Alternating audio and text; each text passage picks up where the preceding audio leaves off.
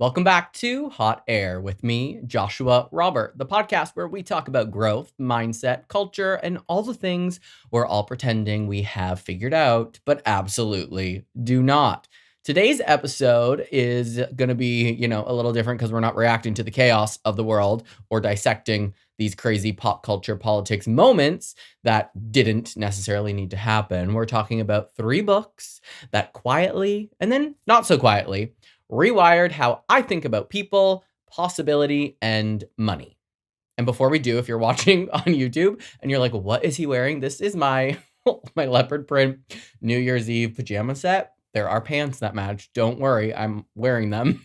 But I only wore it for a brief time on New Year's Eve, and I was like, I should be wearing this again. Like, why not? And I wanted to put something comfy on. So I am wearing a satin silk pajama set. Silk pajama set. Yeah, that's right.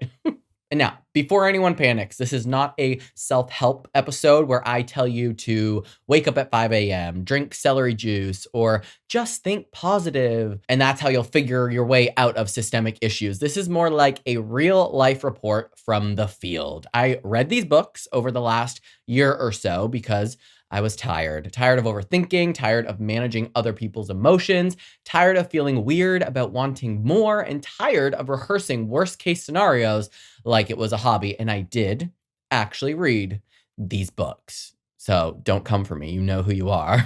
The 3 books that we're talking about today are The Let Them Theory, which I've talked about before, The Secret, which I've read a million years ago and continue to reread when I need a refresh, and You're a Badass at Making Money.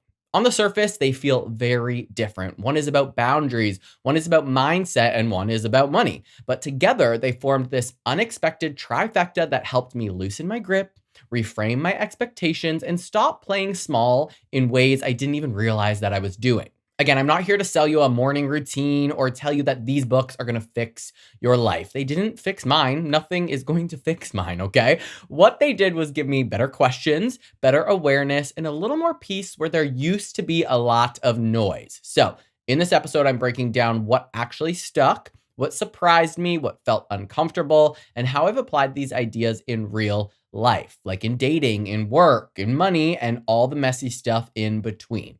And as always, if you're not following me on Instagram and TikTok, follow me at _hotairpod. Head over to my website, hotairwithjoshuarobert.com, to submit your listener stories, topic suggestions, and shop my merch. So in this episode, take what works, leave what doesn't, and if nothing else, let this be permission to stop arguing with reality, stop predicting disaster, and stop pretending you don't want the things that you want. So let's hit it.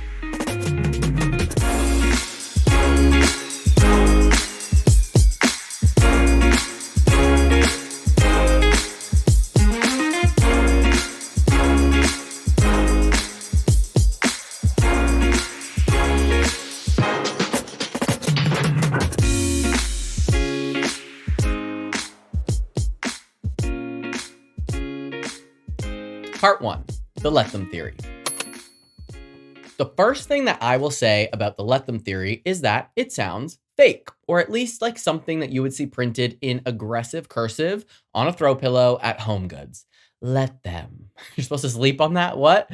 2 words. That's it. No footnotes, no flowchart, no 12-step program, just a sentence that feels way too small to be useful when your brain is spiraling at midnight because someone watched your Instagram story but did not text you back. We all know what that feels like. And yet, somehow those 2 words ended up changing the way I move through relationships, through work, through money, through expectations, and honestly, my own nervous system.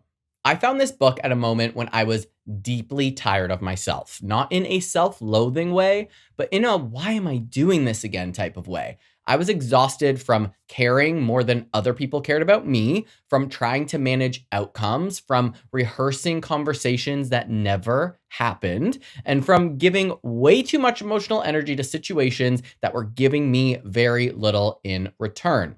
I had become the manager of other people's moods, reactions, misunderstandings, and silence. And the worst part? I thought that made me mature. I thought it made me emotionally evolved. And in reality, it just made me anxious.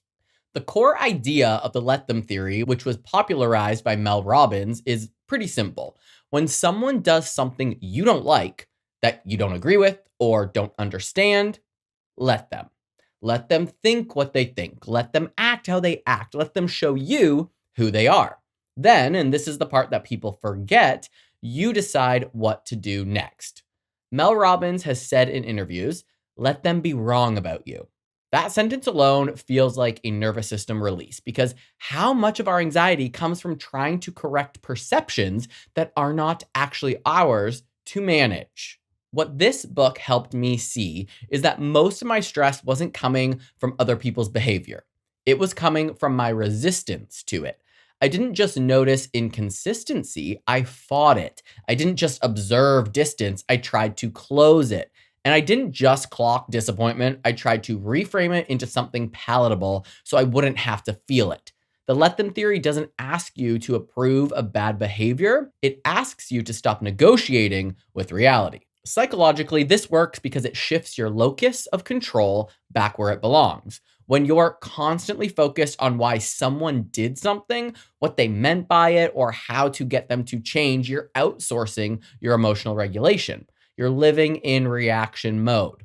Let them cuts that loop. It says that's their choice. And once you accept that, your body calms down.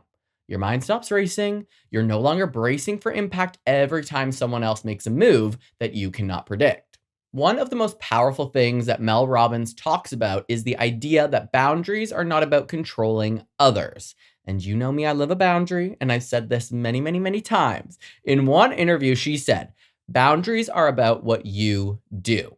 That completely reframed things for me, and that's what I live by now. I used to think that boundaries were something that you announced, something you explained, something you defended, but Let Them showed me that boundaries can be very quiet. They can be invisible. They can look like disengaging or redirecting or simply not over investigating where there is no return. Dating is where this theory really slapped me across the face, like a big old bitch slap. I'm someone who historically will give the benefit of the doubt so hard. It should be an Olympic sport and I would get a gold medal every time. If someone was inconsistent, I assume they were busy. If someone was vague, I assume they were nervous. If someone pulled back, I assume they were processing or that I was too much. And to be fair, sometimes that's true. But Let Them taught me that explanations don't actually change the impact. Someone can have the best intentions in the world and still not be showing up in a way that works for you. Letting them means you stop trying to extract clarity from confusion.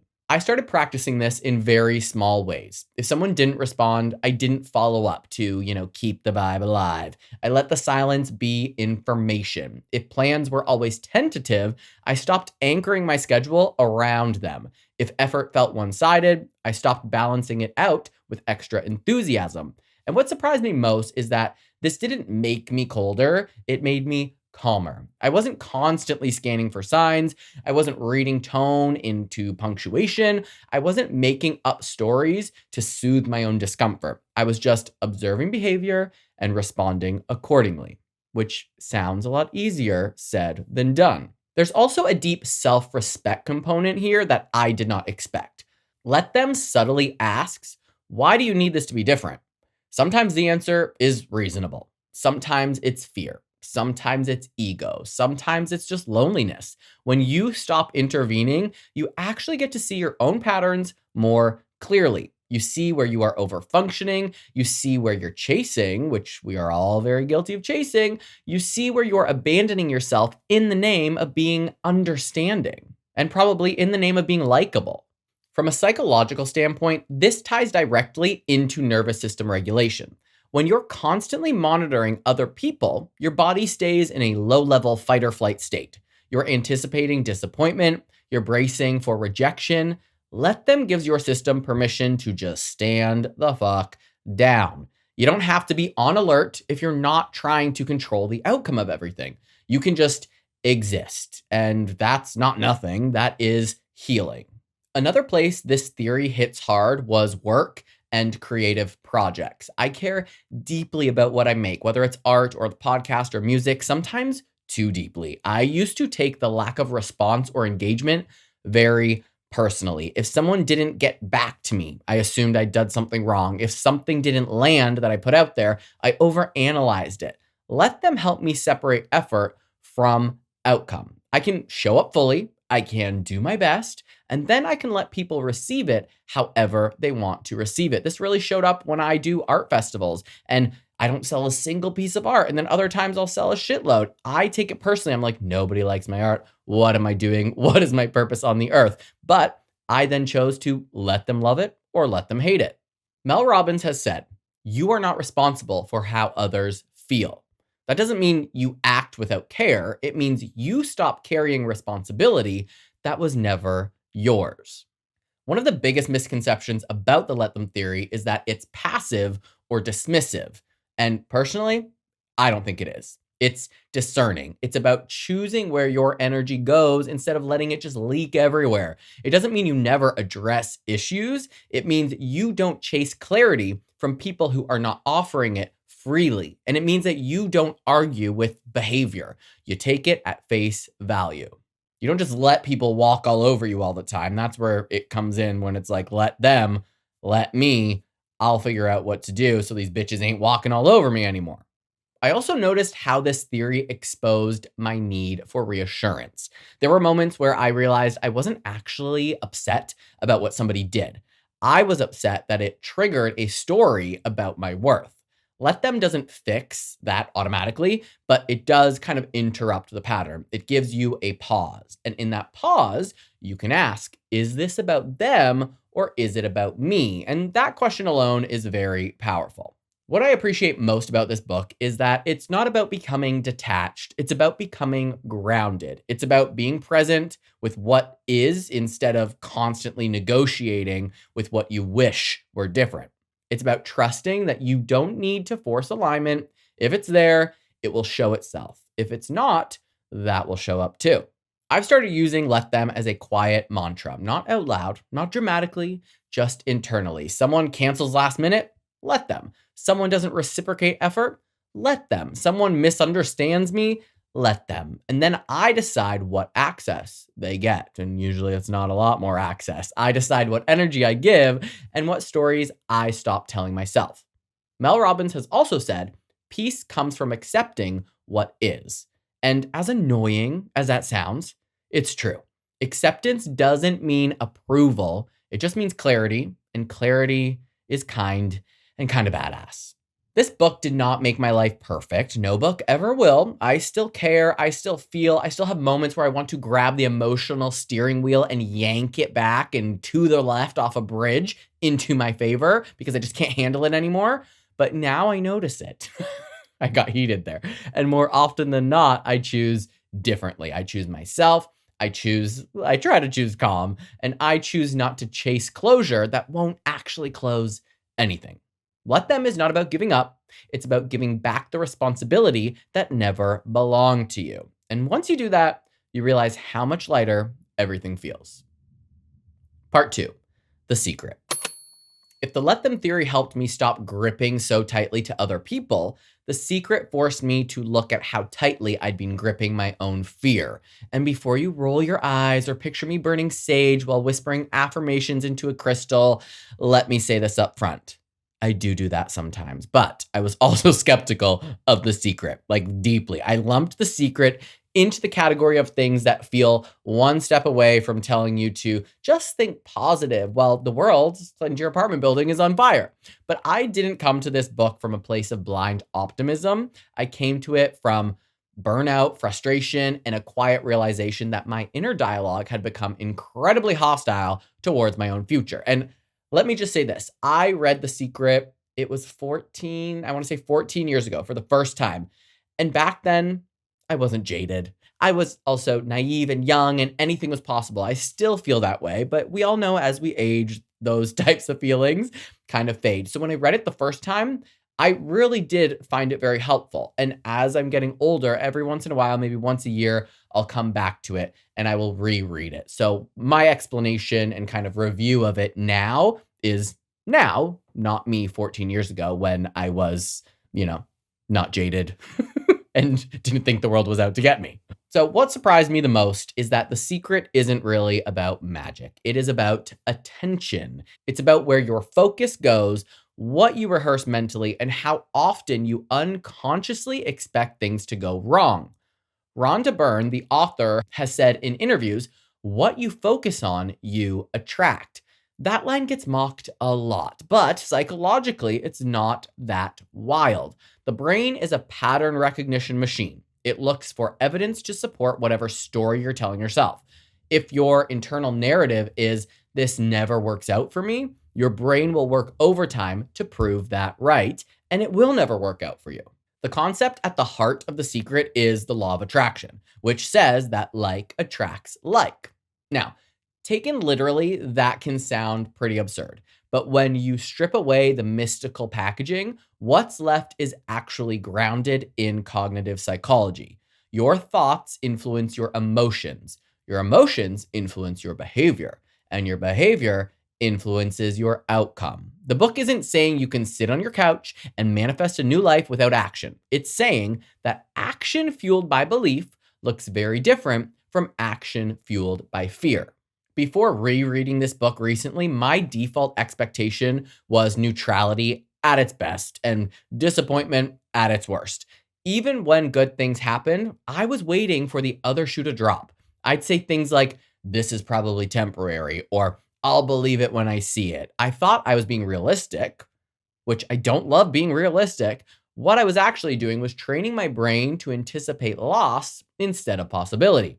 The Secret made me confront how often I was rehearsing failure in advance, calling it preparedness. One of the ideas that Rhonda Byrne emphasizes is gratitude as a frequency shifter.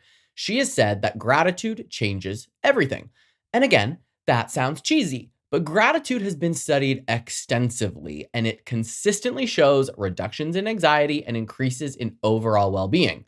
When you practice gratitude, you're not denying reality, you are widening it. You're telling your brain there is more than just what's missing. And once I started doing that, something subtle shifted. I wasn't suddenly winning the lottery, but I was noticing opportunities instead of dismissing them. The biggest misunderstanding about The Secret is that people think it's about bypassing hard feelings, and it's not. It's about not living in them. There's a difference between acknowledging fear and then letting it narrate your entire future. I used to visualize worst case scenarios as a form of emotional armor. If I imagined disappointment first, I thought maybe it would hurt less when it arrived. What The Secret challenged me to do was imagine success with the same intensity that I imagined failure. And that was very uncomfortable at first, and hope can feel more vulnerable than pessimism. And I'm not generally a pessimistic person. These are like far and few between situations in which I catch myself like living in fear. But in general, I am someone who thinks anything is possible. Um, and I hope to take that with me. But there are moments when I'm like, I really need to re up. I need to revisit this. I need to get back on my positivity and back on my visualization and appreciation. And then there's other times when I just fall into that dark pit of despair. So, psychologically, visualization works because the brain doesn't fully distinguish between imagined experiences and real ones. And athletes use this all the time. I find this so interesting. When you repeatedly picture yourself succeeding, your brain starts building familiarity with that outcome. And I watched something a very long time ago about athletes being hooked up to all these machines. And when they close their eyes and they envision themselves doing their sport, whatever sport it was, there was these neurons firing, or I don't even know if they were neurons, don't take my word for that, but the same muscles were firing as if they were doing the actual movement. So again, when you repeatedly picture yourself succeeding, your brain starts building familiarity with that outcome. It doesn't guarantee success, but it increases confidence, motivation, and persistence. Byrne has said, "See yourself living in abundance and you will attract it." I translated that into something more grounded.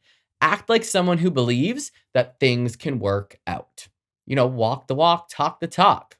So I started again experimenting with this in small, non dramatic ways. Instead of assuming that a project would flop, I visualized it being well received.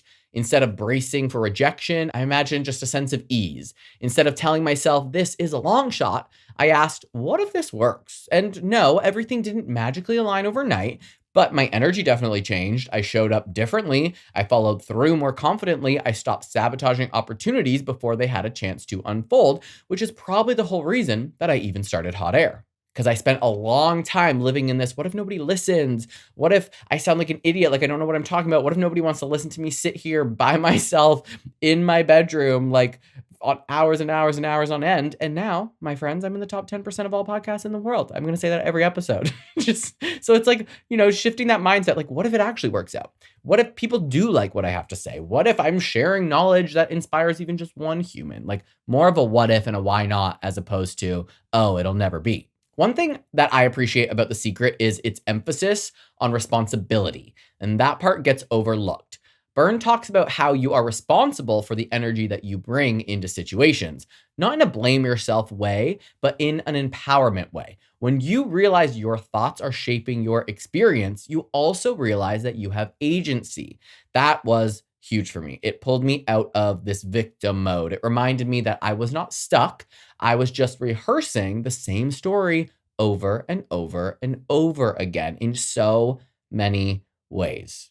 Like telling yourself, oh, I don't like waking up in the morning, or oh, I never get a good sleep, or I'm really bad with money, which we're going to talk about soon, or I'm terrible at dating and nobody likes me. Like these are just things we tell ourselves that more often than not are not even factual. So, yes, now let's talk about money. Money was another area where this book exposed some uncomfortable truths. I had a lot of subconscious beliefs about scarcity, instability, and waiting for the other shoe to drop, and I still do, and I am still working on them. I didn't trust good financial moments to even last. The Secret forced me to notice how often I talked about money with tension or in a joking way or self deprecation. Byrne says, feel rich now. I didn't take that literally. I took it emotionally. I started acting like money was something that I could manage, not something that constantly slipped through my fingers. And listen, critics of The Secret often say it ignores structural issues and privilege. And they're not wrong. Positive thinking doesn't erase systemic barriers, but what it can do is stop you from internalizing them as personal failure. The book works best when it's used as a mindset tool, not like a moral judgment. It's not saying bad things happen because you didn't think happy enough thoughts. It's saying your internal environment matters more than you realize. And I also want to be honest about where this book didn't work for me.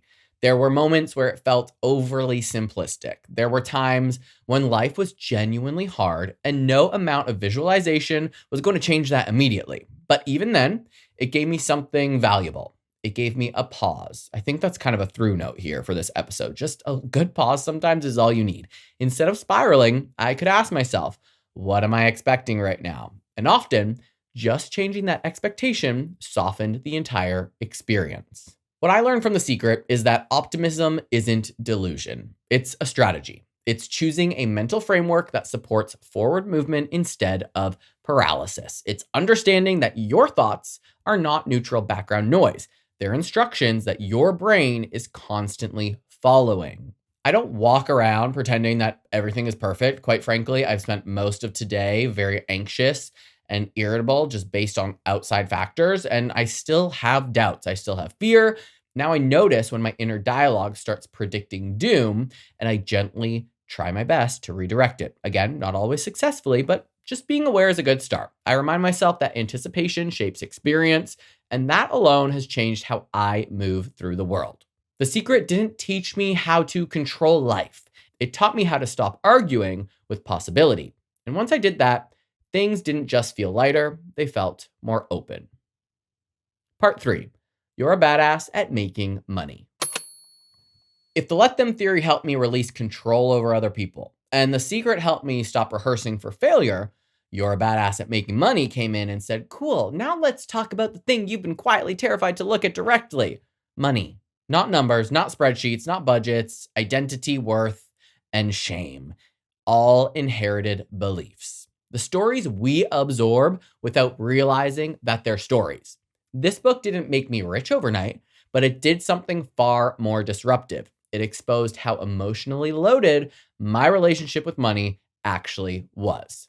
Author Jen Sincero's tone is unapologetic. It's playful and occasionally confrontational, which is probably why it worked for me. I laughed so much reading this. She does not tiptoe around the fact that most people have deeply ingrained money blocks. In interviews, she said, "Your attitude towards money is a mirror of how you value yourself."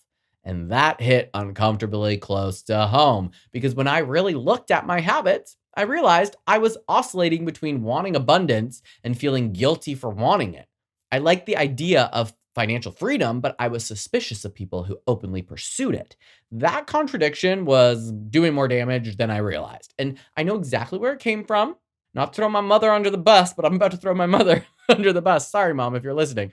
But she has always been like, "Oh, dude, like when I got a new car, she's like, "Oh, but your car is like good. Are you sure you need a new car? Like I thought you liked your car." And it's like I just wanted something nicer for myself. I wanted to drive around being proud of the car that I was in. I'm moving apartments right now to from a small one bedroom to a twice the size two bedroom, two bath all on my own. Major upgrade in life. And she was like, "Oh no, are you going to be putting yourself in a stressful situation? I thought you loved your apartment. How come you want to move?" And it's like, just because you like something doesn't mean you can't want more for yourself, which often requires more money. And she always would say, "Well, money doesn't grow on trees. Well, money doesn't grow on trees." And then, when I would show her nice things that I bought or say, "I'm going on a trip to Tokyo," it's always, "Well, aren't you fancy, fancy pants?" And she doesn't mean it in a negative way, but it's in a way where it's like unattainable, where it like, because I want nice things and I do nice things and I treat myself to these experiences, that it's like, I almost don't deserve them kind of vibes.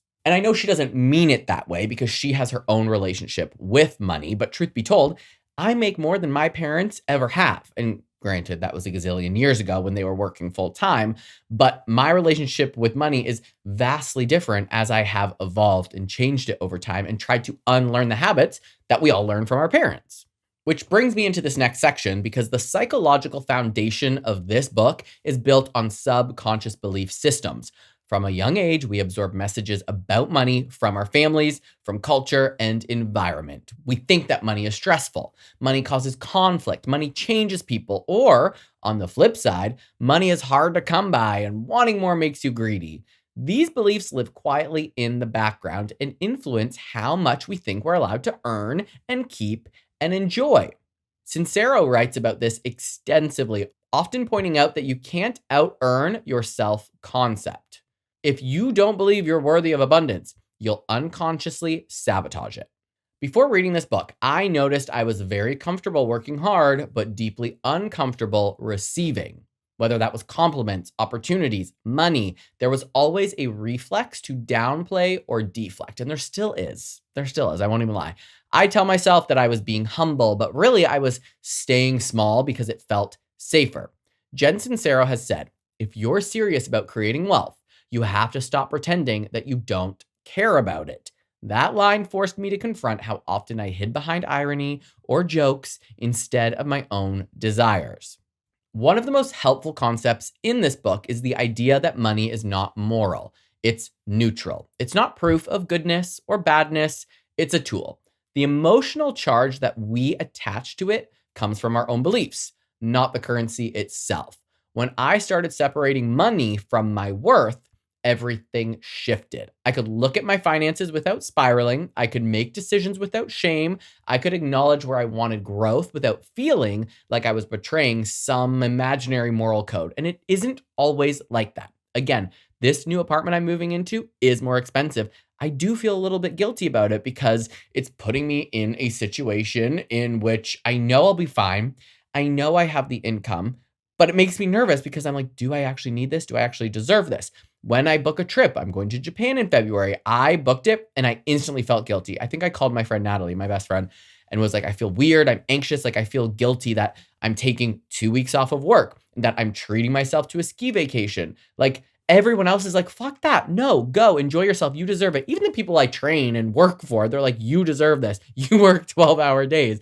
But there's something that I have been taught and something that I am unlearning that makes me feel guilty. So it's not always fucking peaches and cream. That's not the saying. It's not always butterflies and roses or rainbows or whatever. There's times when I still feel guilty about money. From a psychological perspective, this ties into identity-based behavior. We act in alignment with who we believe we are. If you see yourself as someone who struggles financially, you'll unconsciously reinforce that identity. Sincero encourages readers to adopt a new self image, someone who is capable and deserving and open to abundance. That's not about pretending, it's about choosing a narrative that supports growth. She said in interviews, "You don't get what you want, you get what you believe you're worth." And that idea alone reframed how I approach opportunities. I started implementing what I learned in very practical ways. I stopped underpricing my work out of fear of being too much. I stopped apologizing for invoices. I stopped treating money conversations like something shameful or awkward, or I tried to. I did just ask for a raise from every single solitary person and marketing client that I work with. It was scary, but it went well. Okay, we'll just leave that there. I also became more intentional about where my money went. Instead of seeing spending as loss, I started seeing it as circulation. That reduced a lot of anxiety. Money stopped feeling like something that disappeared and started feeling like something that moved. We literally work so we can make money so that we can spend it, so we can treat ourselves to a trip, to an ice cream maker, to a massage, or to save for a condo or a house or whatever else you want to treat yourself to. This book also forced me to look at scarcity thinking. Scarcity doesn't just show up in bank accounts, it shows up in decision making. It shows up in settling, overworking, and saying yes out of fear. When you believe resources are limited, you cling. When you believe they're expandable, you plan. Jen Sincero talks a lot about trusting yourself to figure things out. She has said, trusting yourself is the fastest way to grow. That trust was something I realized I'd been outsourcing to circumstances instead of cultivating internally. And now, honestly, I trust the fuck out of myself. I know what I'm doing. I'm a badass bitch. I'm a badass at making money, and I hope to continue that way. There is also a strong behavioral component to this book. It's not just mindset, it's action. Sincero emphasizes taking bold, sometimes uncomfortable steps that align with the identity that you are building. For me, that meant pitching myself more confidently, saying no to work that drained me, and saying yes to opportunities that scared me. Not reckless yeses, but intentional ones, the kind that expand your sense of what is possible. I stopped working on Mondays because I wanted Mondays to then be a podcast focused day. I cut my day on Friday to a half day, and hopefully we'll cut Friday out so then I will just have Friday, Saturday, Sunday, Monday off, and I will only work those 3 days a week, a gazillion hours those 3 days, but I will have the other days to work on my passion projects like my art in the pod. One thing that I really appreciate about You're a Badass at Making Money is that it doesn't shame you for where you are. It doesn't pretend that mindset alone fixes everything. It acknowledges fear while refusing to let it be the decision maker. Psychologically, this works because it reframes fear as information and not instruction. Fear doesn't disappear when you grow, it just changes shape. The difference is whether you let it drive. I don't even want you being a passenger princess, let alone driving the car. Fear, get out of the car on the side of the road, kick it out. I also noticed how this book complemented The Secret in a bit of a more grounded way, where The Secret encourages visualization and expectation. You're a Badass at Making Money anchors those ideas in tangible behavior. It asks, what would someone who believes in abundance do next? And then it nudges you to do that thing. Over time, those actions reinforce the belief. That feedback loop is powerful. Of course, this book, just like any other, is not perfect. There are moments where it leans heavily on personal responsibility and doesn't fully address systemic barriers. That's a valid critique. But what it does extremely well is help you stop internalizing struggle as identity. It reminds you that wanting more doesn't make you ungrateful, it makes you honest. When I look at how these 3 books work together, it becomes clear why they landed for me in the same year and why I just feel like they all fit together so well. The Let Them theory helped me stop managing other people. The Secret helped me stop predicting failure. You're a Badass at Making Money helped me stop playing small out of fear. And together they created space to choose differently, space to trust myself, space to believe that ease and alignment and abundance aren't things that you stumble into accidentally. They are things that you allow. What I ultimately took away from this book specifically is that money isn't just about income. It's about permission, permission to want, permission to receive, permission to grow without apologizing. And once I gave myself that permission, everything else started to feel a little less heavy and a lot more possible. And quite frankly, a lot of things just kind of fell into place. And I say fell into place, I did the hard work behind the scenes, but things started happening. And if there's one thing that I hope that you take away from this episode, it's not that you need to read these exact books or adopt every idea that they present. It's that awareness is powerful, and small shifts in how you think, how you react, and how you show up can create real change over time. None of these books asked me to become a different person. They asked me to stop fighting what was already happening and start choosing myself more intentionally. And that's exactly kind of what I said in the last episode. New year, same me, but with clarity. Letting people be who they are doesn't mean you stop caring. It means you stop carrying. Shifting your mindset doesn't mean ignoring reality. It means not letting fear narrate your future. And wanting more financially, creatively, emotionally doesn't make you shallow or ungrateful. It makes you honest. And listen, let's be real. I still have my off days. I still spiral sometimes.